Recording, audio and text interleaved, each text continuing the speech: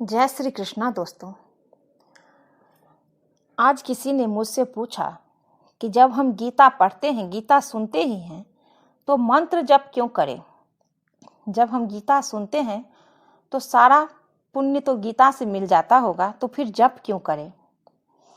कृष्ण जी की ओम नमो भगवते वासुदेवाय नमः। तो आज मैं इसी विषय पर वीडियो बनाती हूँ कि मंत्र जप का महत्व क्या है। वीडियो के अंत तक बने रहिएगा और अगर वीडियो अच्छा लगे तो चैनल को लाइक शेयर सब्सक्राइब कीजिएगा।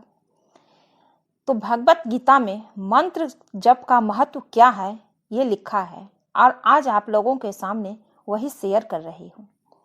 मंत्र जप का महत्व। जिन ध्वनि को हम मंत्र जानते हैं वे हमारे मुख से निकलने वाली बाकी ध्वनियों के समान नहीं होती। हम मुख से आवाज तब बनाते हैं जब किसी से बात करनी होती है, अपने मन की बात उस तक पहुंचानी होती है। इसके लिए हम भाषा का उपयोग करते हैं, मंत्र का उपयोग यहाँ नहीं किया जाता है।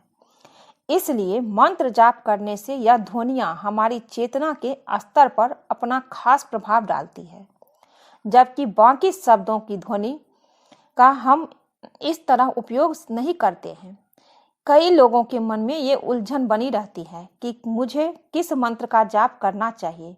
सभी का कहना होता है कि मंत्र जाप बहुत प्रभावी विधि है ध्यान की ऊंचाई तक पहुंचने में, लेकिन समस्या यह हो जाती है कि सबके मंत्र अलग अलग होते हैं। कोई कहता है कि गायत्री मंत्र ज़्यादा प्रभावी है, कोई कहता है महामृत्युंजय मंत्र ज़्यादा प्रभावी है। मंत्र तब प्रभावी सिद्ध होते हैं जब वे साधक के भाव से जुड़ जाते हैं, यानी कि जब साधक मंत्र जाप कर रहा होगा तो भीतर बस वही कंपन हो रहा होगा। बाकी दुनिया के बाकी विषय भीतर से हट जाएंगे। ऐसा होने पर वे ऊर्जा के बाकी विषय अनावश्यक लगने लगते हैं और तब उनसे छुटकारा पाना सहज हो जाता है। वो जाप करते रहते हैं। आप किसी भी देवता की जाप कीजिए, जब मंत्र जपते हैं तब ऐसे हो जाता है भीतर से कि कुछ भी नहीं आप सुन रहे हैं। बस अगर आप महादेव का जप कर रहे हैं तो सिर्फ आपका महादेव का ओम ही निकलेगा, ओम नमः शिवाय ही निकलेगा। या जिस भी भगवान का आप जप कर रहे हैं सिर्फ और सिर्फ आपको वही सुनाई देगा और उन्हीं परमात्मा का स्वरूप आपको दिखाई देगा। आप चाहे तो मन को बलपूर्वक भी साफ नहीं रख सकते। मन बहुत चंचल होता है, इसलिए इसे साफ करने के प्रयत्न से अच्छा इसे एक मंत्र थमा देना उत्तम विधि बन जाता है, जिसके परिणाम स्वरूप यह स्वतः ही साफ हो जाता है। मन इधर उधर नहीं भटकता है। जब आप जाप करने बैठते हैं तो मन बिल्कुल इधर उधर नहीं भटकता है। और जाप तभी करें जब मन शांत हो। अगर मन कहीं और है तो जाप नहीं करना चाहिए। मंत्र साधना व्यक्ति को ध्यान की उन्नति और सिद्धि तक पहुंचा देती है। अभ्यास और निरंतर प्रयत्न से जब हम मंत्र के कंपन में संपूर्ण ऊर्जा को समाहित कर देते हैं तो चेतना के बाकी सांसारिक बंधनों से मुक्ति मिलती है। यानी कि जिन विषयों के पीछे हम ऊर्जा को लगाते हैं उनके बारे में सोचते हैं, अपनी रचनात्मक दिखाते हैं और कर्म करते हैं, उनमें चेतना की एक दूरी तैयार कर देते हैं। यह इस तरह है कि कोई चालक वाहन को नियंत्रित कर पाता है, ब्रेक के कारण उसका गति पर नियंत्रण होता है और ऐसे ही दिशा और शक्ति पर भी उसका नियंत्रण होता है। उसी तरह मंत्र जाप करते हुए हम स्वयं पर निरंतर पाने का अभ्यास करते हैं। अगर वाहन की गति और शक्ति पर चालक का नियंत्रण ना हो तो वो कहीं भी टकरा सकता है, किसी पेड़ से, किसी पत्थर से। उसी तरह अगर मन पर नियंत्रण ना हो तो संभव है कि यह भी कहीं जाकर टकरा सकता है, जैसे कि भौतिक विषय, भोग या कामुक सुखों के पाने की लालसा। मन पर नियंत्रण पाते हुए हम स्वयं को इस टकराव से सुरक्षित रखते हैं। अन्यथा ऐसा हो सकता है कि व्यक्ति उन्हीं के बीच फंसा रहे और जीवन उसी का चक्कर बन जाए, जीवन भर उसी के इर्द गिर्द घूमते रहे। जिस व्यक्ति के पीछे आप फंसे हो या जिस काम में उलझे हैं, जिससे व्यक्ति का सुख भौतिकता के अधीन हो जाए। इसलिए मंत्र जाप करते हुए हम बार बार अपने मन को शांति देने का अभ्यास करते हैं और उसे अधिक लचीला बनाते हैं ताकि हम इसे सही समय पर मोड़ सके और टकराव नुकसान होने से पहले काबू पा सके, ताकि हम कोई गलत काम ना कर सके और हमारा मन पहले से ही परमात्मा से जुड़ जाए।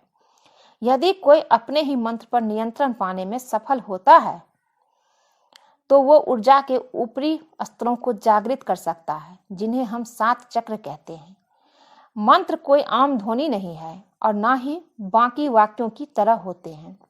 ऐसा नहीं है कि मंत्र का वाक्य की तरह ही अर्थ निकाला जा सकता है, परंतु मंत्र केवल अर्थ तक सीमित नहीं होते। अगर आप मंत्र की तुलना सिर्फ एक आम वाक्य से करते हैं तो इसका महत्व भी आम वाक्य की तरह ही सीमित हो जाता है, जबकि असल में यह एक विधि है अर्थ से परे जाने के लिए। एक उदाहरण के तौर पर मंत्र उस पवित्र आत्मा की तरह होते हैं जिसका ना कोई रूप होता है, ना रंग, ना आकार और ना गुण। लेकिन जब हम मंत्र का अर्थ बनाने लगते हैं तो यही आत्मा शरीर धारण करने जैसा होता है। मंत्र ऊर्जा है और अर्थ उसका दूसरा आयाम है जो माया जगत से जुड़ा होता है। जिस तरह ध्यान में हम आत्मा को अभाव से मुक्त करके पवित्रता के में विलीन होने का अभ्यास करते हैं, उसी तरह मंत्र जाप करते हुए हम मंत्र के अर्थ से ऊपर उठकर उस पवित्र ध्वनि में ही स्वयं को विलीन कर देते हैं। आध्यात्मिक ज्ञान मंत्र जाप साधना में बहुत महत्वपूर्ण हो जाता है, जो हमें गुरु और ग्रंथों से प्राप्त होता है, क्योंकि इससे साधक अपनी भीतर की दुनिया की स्थिति जानकर उसे ठीक कर सकता है, जिसका असर उसकी साधना और बाहरी स्वभाव पर पड़ता है। मंत्र जाप करना कर्म है। केवल कर्म ही किसी को ध्यान की ऊंचाई तक ले जाने में पर्याप्त नहीं होता, जब तक कि वह ज्ञान का आश्रय नहीं लेता। आध्यात्मिक ज्ञान के द्वारा भीतर के प्रकाश का संकेत मिलता है, जिससे साधक को उसे प्राप्त करने की आवश्यकता का अनुभव होता है। केवल मंत्र जाप किया जाए तो साधक को यह भी समझना चाहिए कि मंत्र जाप का उद्देश्य क्या है, और यही उद्देश्य आध्यात्मिक ज्ञान के द्वारा जाना जाता है। इस तरह है जैसे कोई चालक वाहन चलाता है लेकिन उसे यह नहीं पता कि कहाँ जाना है, तो वो कहीं पहुंच ही नहीं पाएगा और घूमता ही रह जाएगा। लेकिन लक्ष्य जानकर वो सही मार्ग चुन लेता है। मंत्र कई तरह के होते हैं जो काफी प्रभावी सिद्ध होते हैं, लेकिन कई साधकों को सही मंत्र चुनने में कठिनाई होती है, क्योंकि मंत्र का चयन करते समय हम मन के प्रभाव में होते हैं और चंचल मन कभी एक जगह नहीं टिकता, जिससे किसी एक मंत्र के जाप में व्यक्ति संतुष्ट नहीं हो पाता। वो कभी एक मंत्र का जाप करता है तो कभी दूसरे मंत्र का, और कभी फिर तीसरे, फिर कभी चौथे, और वापस पहले पर आ जाता है। लेकिन जब कोई गुरु की शरण लेता है और गुरु मंत्र दीक्षा ग्रहण करता है तो वह मंत्र उसके मन के प्रभाव से चुना हुआ होता है, उसके मन के प्रभाव से चुना हुआ नहीं होता, जिससे एक मंत्र पर स्थिर रहने में सहायता मिलती है। कई भक्त अपने इष्ट देवता के मंत्र का जाप करते हैं, जैसे शिव भक्त ओम नमः शिवाय और महामृत्युंजय का जाप करते हैं, तो कृष्ण भक्त हरे कृष्ण महामंत्र का जाप करते हैं।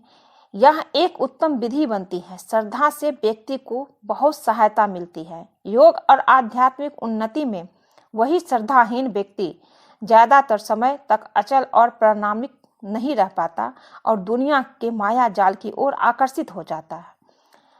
यह पूरी तरह से आप पे निर्भर है कि आप कौन सा मंत्र का जाप करें। यदि वह भक्त है तो अपने भगवान के मंत्र का जाप करना उत्तम होगा, या फिर गुरु से दीक्षा लेना श्रेष्ठ होगा। बस आप ये चुनिए कि अगर आपके पास गुरु है तब तो आप गुरु के मंत्र का जाप करते ही होंगे, और आपके पास गुरु नहीं है तो किसी भगवान को अपना गुरु मानिए, जिस पे आपको बहुत विश्वास है, जिसको आप सब कुछ मानते हैं, उस भगवान की जाप कीजिए, वो पूरी तरह से ईश्वर तक पहुंचेगा। बस इस बात पर निर्भर करता है कि वो भक्त उस मंत्र पर कितना विश्वास रखता है, वो आदमी उस मंत्र पर कितना विश्वास रखता है। यदि उसका अटूट विश्वास है तो वो अपना मंत्र स्वतः ही चुन सकता है, जो उसके लिए निश्चित ही उदारक सिद्ध हो जाता है और उसे अमृत की प्राप्ति के मार्ग पर अग्रसर करता है। तो मंत्र जाप का यही नियम है कि मंत्र जपना चाहिए। गीता अलग है और मंत्र जाप अलग है। जब मुझे किसी ने ये पूछा कि मंत्र जाप क्यों करना चाहिए, तो मेरा मन किया कि मैं इस पे वीडियो बनाऊं, और इसलिए आज ये वीडियो डाली हूँ कि मंत्र जाप करना अलग है और गीता सुनना अलग है। गीता हमारे सारे सवाल का जवाब दे देते हैं गीता में। आज ये मंत्र जप का भी सवाल जवाब मैंने गीता से ही बोल रही हूँ। इसलिए गीता में सारे प्रश्न का हल है। कहते हैं ना, सारे समस्या का हल गीता में है। सब कुछ है गीता में। अगर पूरा गीता सुने मन लगाकर, तो ध्यान से सुनने के बाद जरूर इसका उत्तर आप ढूंढ पाएंगे। किसी भी प्रश्न का, मन में चलता हुआ कोई भी सवाल हो, चाहे मन से हो, धन से हो, शरीर से हो, पूजा पाठ से हो, किसी भी उस सवाल का जवाब गीता में है। तो आज इस वीडियो को यहीं समाप्त करती हूँ, और अगर वीडियो अच्छी लगी हो तो चैनल को लाइक शेयर सब्सक्राइब कीजिएगा। मिलती हूँ एक नई वीडियो में। आप सब स्वस्थ रहिए, खुश रहिए। कृष्ण जी की कृपा आप सब पे बनी रहे। जय श्री कृष्णा।